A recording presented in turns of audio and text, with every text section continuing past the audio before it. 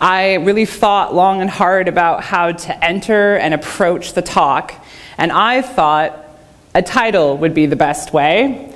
And then my dilemma is I came up with 6 titles because I like to write. So I'm going to share a few of them with you. The first title I'd come up with was Wild Pathways, From America to Scotland and Creative Writer to Innovator. Now, if this had been my title, I would talk to you about being an immigrant and an expat living in Scotland, and how I went from being someone who just wrote poems and memoir on pieces of paper in my flat to someone who owns a business and engages with my community. I thought of the title Experimental Education and Alternative Learning Spaces. Now, with this title, I was going to really focus on what I believe is the most important thing we have going forward, which is non-traditional academic settings and alternative learning spaces. And this is heavily informed by the influence of Bell Hooks and her ideas. So I thought I'd share a quote by Bell Hooks. No laughs, all right. Well, a real quote by Bell Hooks, this one specifically. When everyone in the classroom, teacher and students, recognizes that they are responsible for creating a learning community together, learning is at its most meaningful and useful. This quote really inspires what I do when I'm trying to create alternative learning environments, this idea that they are made by communities, and they're made specifically by teachers and students working together. I thought of this title, Radical Pedagogy in Creative Writing. Now, this title would be about talking to you about the Liminal Zone project that was put on by the University of Highlands and Islands.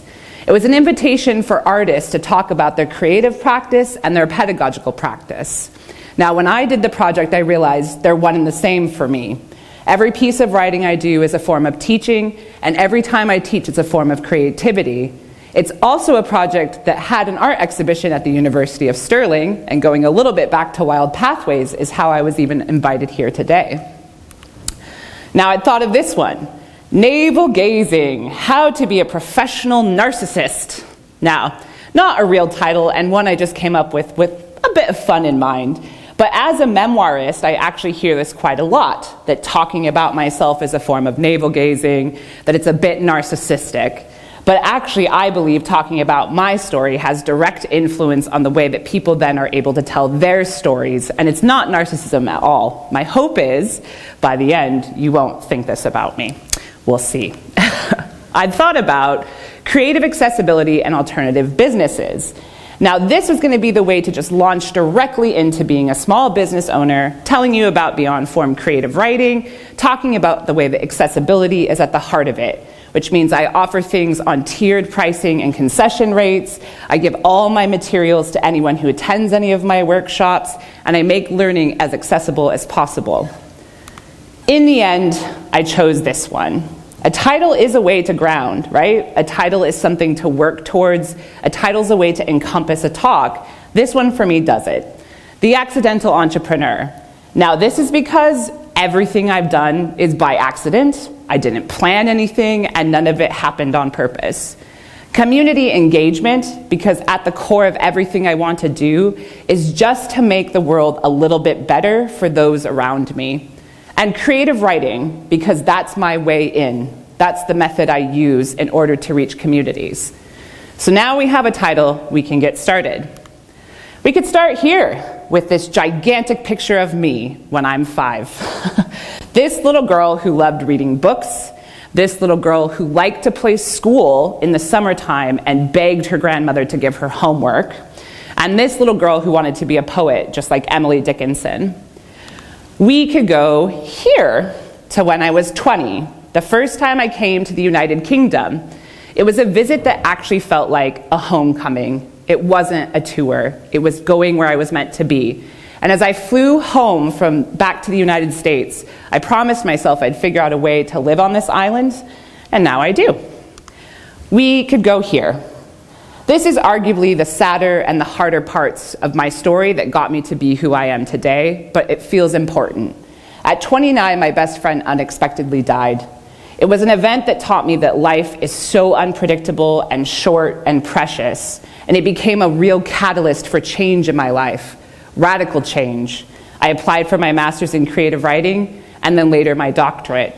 She had written me a letter right before she passed away, and it said, "The world is ready for your writing," and I think of it all the time. I thought I'd be extra smart and I'd talk about a TED Talk during a TEDx talk. Specifically this TED Talk called The Beauty of Being a Misfit by Lydia Yukonovich. It's a TED Talk I return to again and again. It really shapes how I feel about myself as an artist. And these words she spoke: "You deserve to be heard because you rare and phenomenal misfit, you new species, are the only one in the room who can tell the story the way that you would." I watch this TED Talk again and again, and I paraphrase this all the time when I am teaching.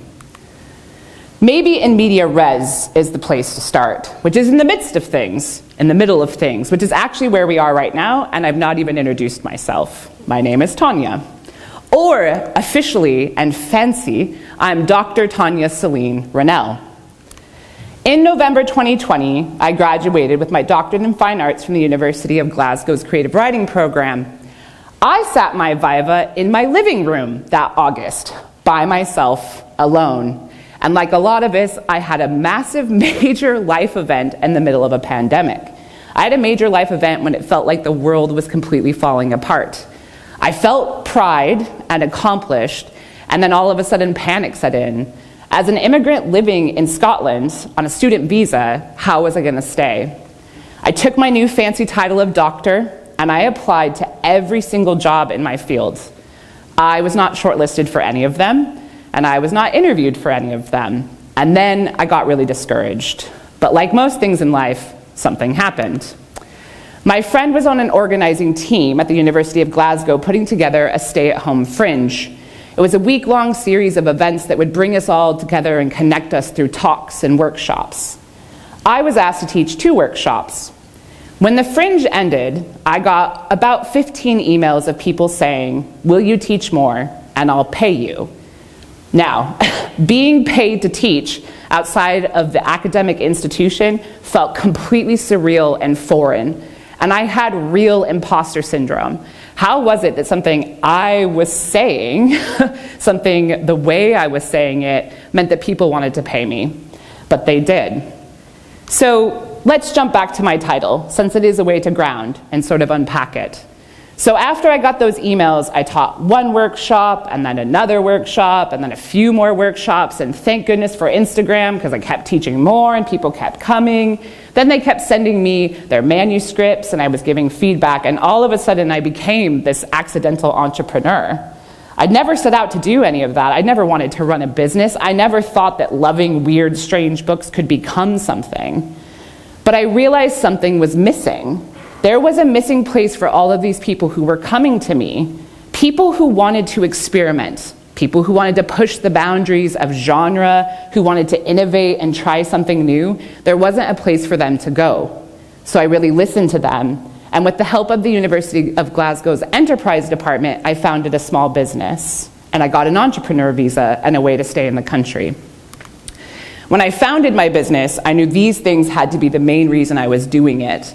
Because I believe creativity should not be defined or boxed in, because materials and teaching methods should all be accessible, that experimental techniques absolutely lead to innovation, that fostering community would be essential, pushing boundaries would lead to all sorts of creativity, and at the end it needed to be inclusive and open and space for all creatives, not just writers. Which brings me to creative writing. Now I know I've mixed my title up a tiny bit here, but I'm taking that liberty, because creative writing is important to talk to you before community engagement, because that is the way I connect. I believe that stories have the power to change the world, and if we all had the opportunity to be creative, we could connect in a stronger way. In July 2022, I presented at a conference called Life's Not Personal, and I said the following: "Sharing our stories holds the potential to help one another. There are inevitably connections between a writer and a reader, moments in which what has been shared gives someone permission, representation, and hopefully a door through which to see and understand something of their own experience." I think that every single time I teach, every single talk I give, and that is how I'm able to engage my community. Now, I'll admit, I'm a little embarrassed right now by the next few slides because they are about me. People talking about me. But I felt like if I was going to talk to you about community engagement, it shouldn't be me talking about it. It should be members of my community and what they have to say.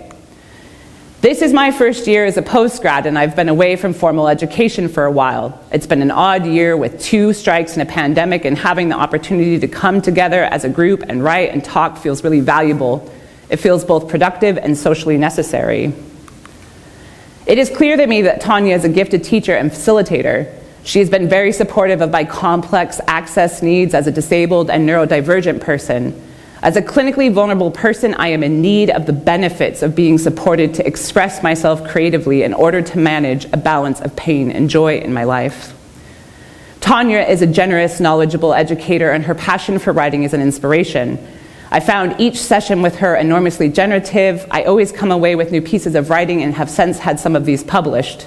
Tawnya has created a place for creatives to have a community to share their work, be in contact with each other, and share knowledge and skills in workshops and informal sessions. Now here I am, 2.5 years into being an accidental entrepreneur, community engager, social innovator, creative writer, poet, person, whatever I might want to use. And I've stretched into communities with creative writing I could never have predicted beyond my wildest dreams. I've worked with an organization that focuses on people who are 60 plus. I've done writing skills with the women's organization. I've done workshops with the Heritage Fund for LGBTQI+ History Month. I've done Book Week Scotland. I'm a guest lecturer at Glasgow School of Art. And most importantly to me, I was recently awarded funding through the Cultural Heritage and Event Fund in Paisley to run a 6-month program of creative writing completely free to attendees. So, today's theme is shaping strategic change. I really thought about what I might contribute. How can something of what I have done inform or help or inspire you to shape change in your own fields that might be radically different from mine? The truth is, I never had a strategy. I never planned to innovate. I never planned to engage my community. It all just happened. It happened one email at a time, one invitation to teach or talk at a time, one question I decided to ask at a time, and one funding application at a time.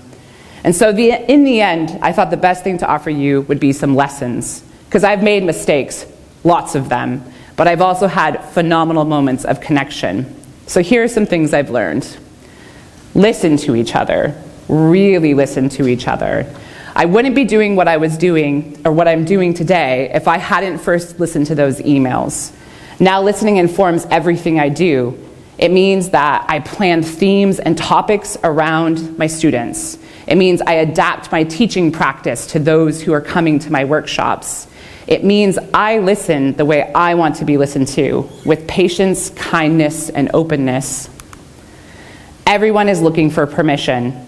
I've learned this as an educator, but honestly, just being a person alive in this world. We are all just hoping someone's going to say, it is okay. It's okay to try that thing. It's okay to take that risk. It's okay you made that mistake. It's all okay. And of everything I get to do, being someone who provides this kind of permission is the greatest privilege in my life. It doesn't have to be for everyone. I think often when we're thinking about community engagement, it feels like it has to be for everyone. Hundreds and thousands of people. And yes, communities can be that size, but communities can also be a handful of people.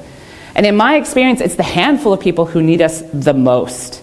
And those handfuls of people have huge potential to grow. The first workshop I taught was 20 people. 2.5 years later, between everything I've done, I've probably worked with 600 to 700 people. But that isn't everyone, because it doesn't have to be.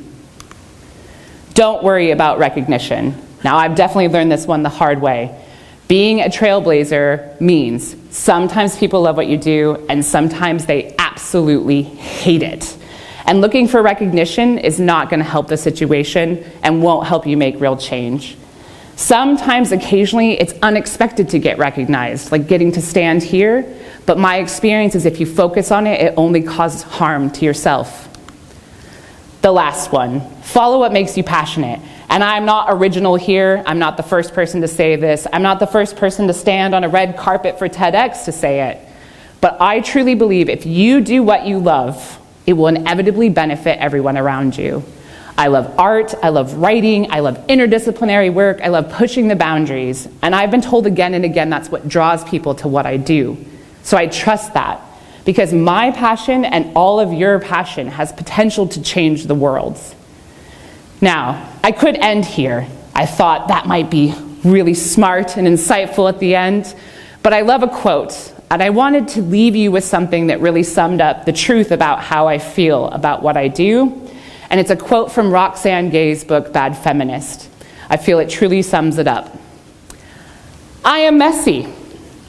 I'm not trying to be an example. I'm not trying to be perfect. I'm not trying to say I have all the answers. I'm not trying to say I'm right. I am just trying to support what I believe in, trying to do some good in this world, trying to make some noise with my writing while also being myself. Thank you so much.